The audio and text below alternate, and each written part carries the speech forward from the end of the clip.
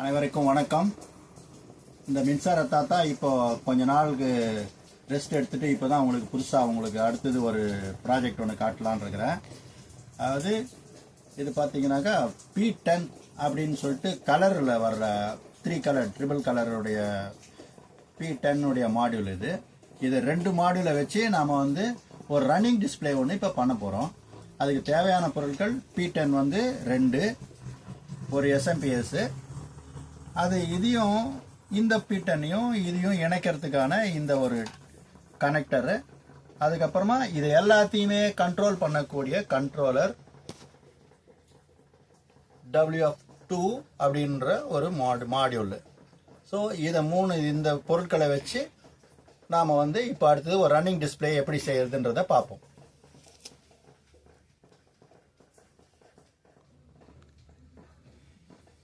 இப்போ இது இந்த பாக்ஸில் தான் நாம் வந்து அதை ஃபிக்ஸ் பண்ண போகிறோம். இது பின்பக்கத்தில் மாட்டக்கூடிய ஒரு டோரு. ஸோ இதை எடுத்து அந்த பக்கமாக வச்சுருவோம், கடைசியில் மாட்டிக்கலாம். இப்போ இதில் தான் நாம் அந்த 2 P10 இது இப்போ மாடியூலையும் நம்ம மாட்ட போகிறோம். ஓகேயா? இப்போது அந்த P10 மாடியூல் ஒன்று எடுத்துப்போம்.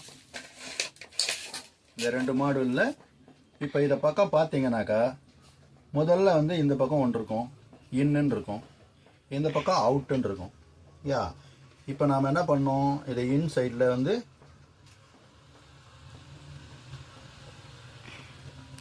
இதில் அடுத்தது ப்ளஸ் மைனஸ் கொடுக்கக்கூடிய இந்த கனெக்டரை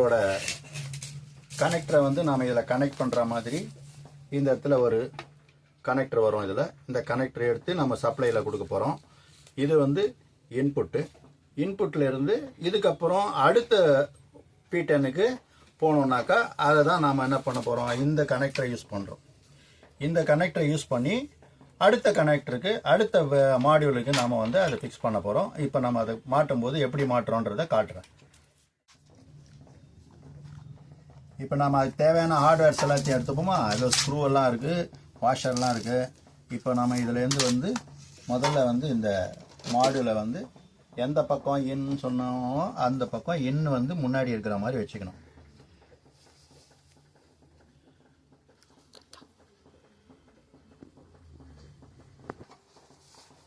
இப்போ முதல்ல வந்து இதை கீழே வச்சுப்போம். கீழே வச்சிட்டோம்னாக்கா இந்த பாக்ஸில் இந்த பக்கம் ஒரு ஓரமாக வச்சுப்போம். இதுதான் ஆரம்பமான இடம். இதுக்கப்புறமா இந்த அடுத்த மாடியூலை அது பக்கத்தில் வச்சிடணும். அடுத்த மாடியூலை அதே மாதிரி எது உள்ள பக்கம் வரணுமோ எது வெளியில் போகணுமோ அது பக்கம் பார்த்து வைக்கணும். இப்போ இங்கேருந்து வரக்கூடிய இந்த வயரை எடுத்து இதில் ஃபிக்ஸ் பண்ணுவோம். ஃபிக்ஸ் பண்ணிட்டாக்க தான் அந்த ரன்னிங் வந்து இந்த பக்கம் வரும். நம்ம மாற்றி பண்ணிட்டோம்னாக்கா வராது, இங்கேயே தான் இருக்கும், அடுத்த ஸ்டெப்புக்கு போகாது. அதனால் இது எது ஃப்ரண்ட்டு எது பேக்கு, எது முன் பக்கம் எது அடுத்த பக்கம் எதுன்னு சொல்லிட்டு பார்த்து நம்ம இணைக்கணும். ஓகேயா? இப்போ இணைச்சிருவோமா? பாருங்க, இது பக்கத்தில் இது வச்சிட்டோமா. இதுக்கான ஓட்டை எல்லாமே கரெக்டாக இருக்கும். எல்லாத்தையும் நம்ம ரெடிமேடாக அந்த பாக்ஸ் வாங்கினோம்னாக்கா மார்க்கெட்டில் கிடைக்கும். இதை நம்ம பாக்ஸ்லாம் வாங்கி பண்ணிக்கலாம். இது போடணும். இந்த 2 இந்த மாடியூலையும் இணைக்கிறதுக்காக அவங்களே என்ன பண்ணியிருப்பாங்க, ஒரு துண்டு ஒன்று கொடுத்துட்டுருப்பான்.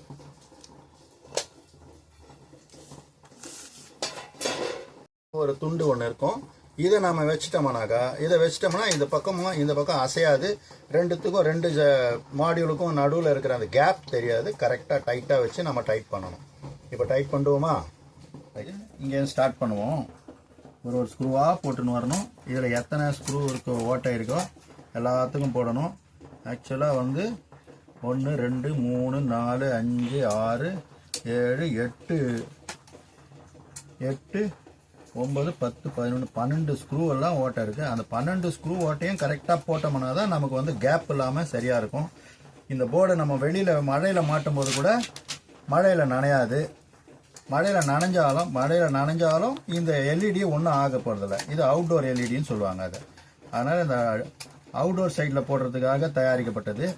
அதனால் இதை வந்து நம்ம வெளியில் போட்டோம்னா கூட மழையில் நனைஞ்சா கூட இந்த எல்இடியில் ஒன்றும் ஆகாது. வாட்டர் ப்ரூஃப் தான் இது. அதனால் தைரியமாக நம்ம வெளியில் போடலாம்.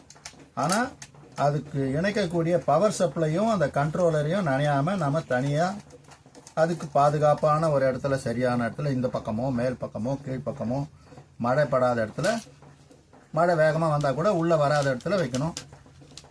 இதுக்கு நம்ம முன்ஜாக்கிரதையாக வைக்கணும் அப்படின்னாக்கா சாதாரணமாகவே அது ஒன்றுமே மழையிலேயே நனையாத அளவுக்கு உள்ளே வச்சா இன்னும் நல்லது, சேஃப்டி. ஓகே, இப்போ நம்ம எல்லாத்தையும் முடிச்சிடலாம்.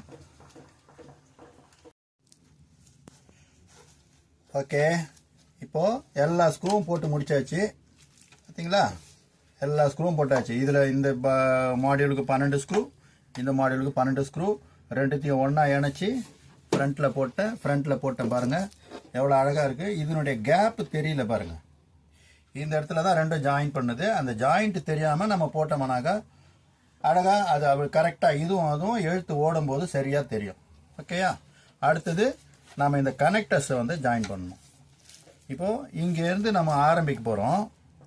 இங்கேருந்து ஆரம்பித்து அந்த டிஸ்பிளே இது வரைக்கும் வரும். இந்த டிஸ்பிளே இந்த அடுத்த டிஸ்பிளேக்கு போகணும் அப்படின்னாக்கா இவர் தேவை. இவர் என்ன பண்ணுவார், இங்கேருந்து இதை கனெக்ட் பண்ணிட்டோம்னாக்கா இங்கே இருக்கிற டிஸ்பிளேயை இங்கே பாஸ் பண்ணிடும். ஓகேயா, அடுத்தது நம்ம இதுக்கு அடுத்தது அதே மாதிரி இந்த டிஸ்பிளேயை உருவாக்கக்கூடிய கனெக்டர், இந்த கண்ட்ரோலர், இந்த கண்ட்ரோலர்லேருந்து தான் நம்ம ஸ்டார்ட் பண்ண போகிறோம். இந்த கண்ட்ரோலர்லேருந்து ஸ்டார்ட் பண்ணி இப்போ இந்த கண்ட்ரோலருக்கு இந்த பின்னை இங்கே சொருவிடணும். சொருவிட்டு அதன் பிறகு இதுதான் ஸ்டார்டிங் பாயிண்டில் வந்து இதை கொண்டு போய் கொடுத்துனோம்னாக்கா இந்த கண்ட்ரோலர் வழியாக, இந்த கண்ட்ரோலர்லேருந்து இந்த கனெக்டர் வழியாக போய் இதில் டிஸ்பிளே பாதியில் வந்து அதுக்கு அடுத்த டிஸ்பிளேக்கு இது மாதிரி பாகும். இப்படியே வேணும்னாக்கா நான் இன்னும் நம்ம 10 டிஸ்பிளே கூட போட்டுன்னு போகலாம். அதுக்கு தகுந்த மாதிரி கண்ட்ரோலர் மாற்றணும், இதுக்கு தகுந்த பவர் வந்து கொடுக்கணும். இது ஆக்சுவலாக T10 இந்த டிஸ்பிளே எல்லாமே வந்து 5 வோல்ட்டில் இயங்கக்கூடியது. 12 வோல்ட் சப்ளை போடக்கூடாது. இது 5 வோல்ட். இதில் போட போகிறது நம்ம வந்து 40 ஆம்ஸ் 5 வோல்ட்ஸ் போடுறேன். இதுக்கு 10 ஆம்ஸ் போட்டாலே போதுமானது. இது 10 ஆம்ஸ் போட்டால் ஒரு டிஸ்பிளேக்கு 10 ஆம்ஸ் போகிறோம். அதே மாதிரி 2 டிஸ்பிளேக்கு 20 ஆம்ஸ் போடலாம். இல்லை 10 ஆம்ஸ் போட்டால் கூட நீங்கள் ரன்னிங்கில் இருக்கிறதால 10 ஆம்ஸே சாதாரணமாக போதுமானது. நான் வந்து நம்மக்கிட்ட இருக்கிறதால இந்த 40 ஆம்ஸை வச்சு உங்களுக்கு காட்டுறேன். ஓகேயா, அடுத்தது நம்ம அதை முடிச்சுட்டு இதை இப்போ காட்டுறேன். அடுத்து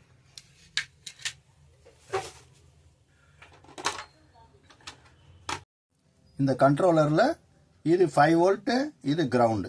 ஸோ 5 வோல்ட்டுக்கு மேலே கொடுத்தா கண்ட்ரோலர் கட்டாயமாக கெட்டு போயிடும். அதனால் 5 வோல்ட்டுக்கு மேலே கொடுக்கக்கூடாது. 5 வோல்ட்டு இதில் கொடுக்கணும், கிரவுண்ட் சைடு அதில் கொடுக்கணும். இதுலேயே 5 வோல்ட் அப்படின்னு போட்டிருப்பாங்க, கிரவுண்டுன்னு போட்டிருப்பாங்க. அதே நேரம் இந்த கனெக்டரு ஒரே ஒரு கனெக்டர் தான் இருக்குது. இந்த கனெக்டரில் இந்த பக்கம் ஒரு ஏரோ மார்க் இருக்கும். இதே மாதிரி இந்த கனெக்டரில் இந்த கனெக்டர் வயரில் வந்து ஒரு பக்கத்தில் ரெட் கலரில் இருக்கும் இல்லையா, இந்த ரெட் கலர் இருக்கிறது வந்து அந்த 1ஆம் நம்பர் இந்த மார்க் பண்ண பக்கம் இருக்கிற பக்கம் போடுறது தான் கரெக்டு. ஸோ இப்போ நம்ம அதுக்கப்புறம் இதை போட்டுருவோம். இது போட்டாச்சா, இதுக்கப்புறம் இந்த P10ல் அதே மாதிரி இந்த பக்கம் 1 இருக்கும். அதே நேரம் இந்த இடத்துல நடுவில் ஒரு குரூவ் இருக்கும், கட்டிங் இருக்கும். அதே மாதிரி இதில் பார்த்தீங்கன்னா இதுலேயும் ஒரு மேடு இருக்கும். இந்த மேடு தான் அந்த பள்ளத்தில் கரெக்டாக செட் ஆகுன்றதால இது திருப்பி போடுறதுக்கு வாய்ப்பு இல்லை. அதனால் இது எங்கே செட் ஆகுதோ அதை கொண்டு போய் அங்கே போட்டுருங்க. அடுத்தது இப்போ இதுக்கு வேண்டிய பவர் சப்ளை கொடுத்தாச்சு. இப்போ இதுக்கப்புறம் நாம் என்ன பண்ண போகிறோம், இதுக்கு வேண்டிய பவர் சப்ளை P10க்கு 5 வோல்ட் கொடுக்கணும். இந்த 5 வோல்ட் எப்படி வரும், இந்த பவர் சப்ளைலேருந்து இதுக்கு தனியாக ஒரு கேபிள் நாம் அந்த P10 அந்த மாடியூல் வாங்கும் போதே கொடுத்துருவாங்க. இதுக்கு வந்து நம்ம இந்த கனெக்டரை வந்து அதில் ஃபிக்ஸ் பண்ணிட்டோம்னாக்கா ஆட்டோமேட்டிக்காக வேலை முடிஞ்சுது. இதுக்கப்புறம் ப்ரோக்ராமிங் ஒன்று தான் இருக்குது. இப்போ வந்து நான் இதில் வந்து ஒரு கிளாக்கோட ப்ரோக்ராம் தான் பண்ணியிருக்கேன். அதனால் கிளாக்கோட ப்ரோக்ராமை பண்ணிவிடுவோம். இதுக்கு முன்னாடி இந்த 2 டிஸ்பிளேயும் ஒர்க் பண்ணணும் அப்படின்றதுக்காக இங்கேருந்து வரக்கூடிய இந்த டிஸ்பிளேயினுடைய ரன்னிங்கை அடுத்த டிஸ்பிளேக்கு மாற்றுறதுக்காக இந்த கனெக்டரை நம்ம ஃபிக்ஸ் பண்ணுவோம். அதே மாதிரி இது நம்ம எந்த இடத்துல எப்படி மாற்றி போட்டாலும் இந்த இடத்துல ஒரு கட்டிங் இருக்கும். அந்த கட்டிங் இருக்கிறதால இதை வந்து நம்ம மாற்றி போடுறதுக்கு வாய்ப்பு இல்லை. அதனால் இது வந்து சரியாக இப்படி போட்டுட்டோம்னாக்கா அதில் தான் போகும், மாற்றி போட முடியாது. இப்போ நம்ம இதை போட்டுட்டோம்னாக்கா இங்கேருந்து அந்த டிஸ்பிளே இங்கே பாஸ் ஆகும். இத்தனைக்கும் இந்த கனெக்டர் வழியாக. அடுத்தது இதுக்கான பவர் சப்ளை கொடுக்கணும். இந்த பவர் சப்ளை பாருங்கள் 5 வோல்ட் அண்டு கிரவுண்டு. அடுத்த கனெக்டர் இந்த 2வது மாடியூலில் இங்கேயும் நம்ம ஃபிக்ஸ் பண்ணிவிடுவோம். இப்போது ஹார்ட்வேர் ஒர்க்கெல்லாம் முடிஞ்சது. இதுக்கப்புறம் ப்ரோக்ராம் தான் பண்ணணும் அப்படியா? அதனால் ப்ரோக்ராம் பண்ணுறத நாம் அடுத்த வீடியோவில் பார்ப்போமா? இப்போ நாம் இதை என்ன ப்ரோக்ராம் பண்ணியிருக்கன்றத வீடியோவில் பார்க்கலாம். ஓகே, இப்போ எல்லாத்தையும் முடிச்சிட்டோம். இதுதான் ஃபைனல் அவுட்புட்டு. இது பாருங்கள், லைன் போட்ட உடனே இந்த லைட் எரியுது. இதன் பிறகு இந்த பவர் சப்ளை 5 வோல்ட்லேருந்து இங்கே வருது. இதுக்கப்புறம் நாம் என்ன வருது அவுட்புட்டுன்றதை பார்க்க போகிறோம். அங்கே பாருங்கள், டியூஸ்டே டைமு, அதுக்கப்புறம் நாம் ஏதோ ஒரு கம்பெனியோட அட்வர்டைஸ்மெண்ட் போட்டிருக்கிறோம். அதனால் அந்த அட்வர்டைஸ்மெண்ட் அப்படியே வருது. இதில் லெட்டர்ஸும் மாதிரி ஓட வச்சுக்கலாம், கிளாக் வர வைக்கலாம்.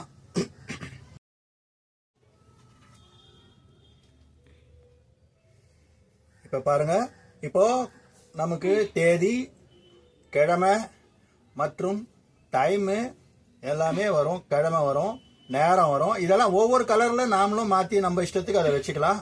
இதுக்கான சாஃப்ட்வேர் முறையெல்லாம் நான் அடுத்தது காட்டுறேன். இப்போ நம்மக்கிட்ட இந்த போர்டு செய்யறதுக்காக ஒரு கம்பெனி கொடுத்தாங்க. அவங்க இந்த ஒரு பிரிண்டர்ஸ் கம்பெனி, அவங்களுடைய பேரை நாங்கள் போட்டிருக்கோம். அதே மாதிரி இந்த குட்டி போர்ட்லேயே கூட இந்த மாதிரி ரன்னிங் டிஸ்பிளேயை வைக்கலாம், கிளாக் வைக்கலாம். மற்றபடி அதை கீழே இருந்து மேலே போகிற மாதிரி வைக்கலாம், லெஃப்டில் ஓடுற மாதிரி வைக்கலாம், ரைட்டில் ஓடுற மாதிரி வைக்கலாம், வேணுன்ற கலரை வைக்கலாம். இதுக்கு எப்படி சாஃப்ட்வேர் பண்ணுறது அப்படின்ற ஒரு நல்ல விளக்கத்தை உங்களுக்கு அடுத்த வீடியோவில் நான் விளக்கமாக சொல்கிறேன். அதுவரையில் உங்களிடம் விடை பெற்றுக் கொள்வது உங்களுடைய மின்சார தாத்தா வெங்கட்ராமன்.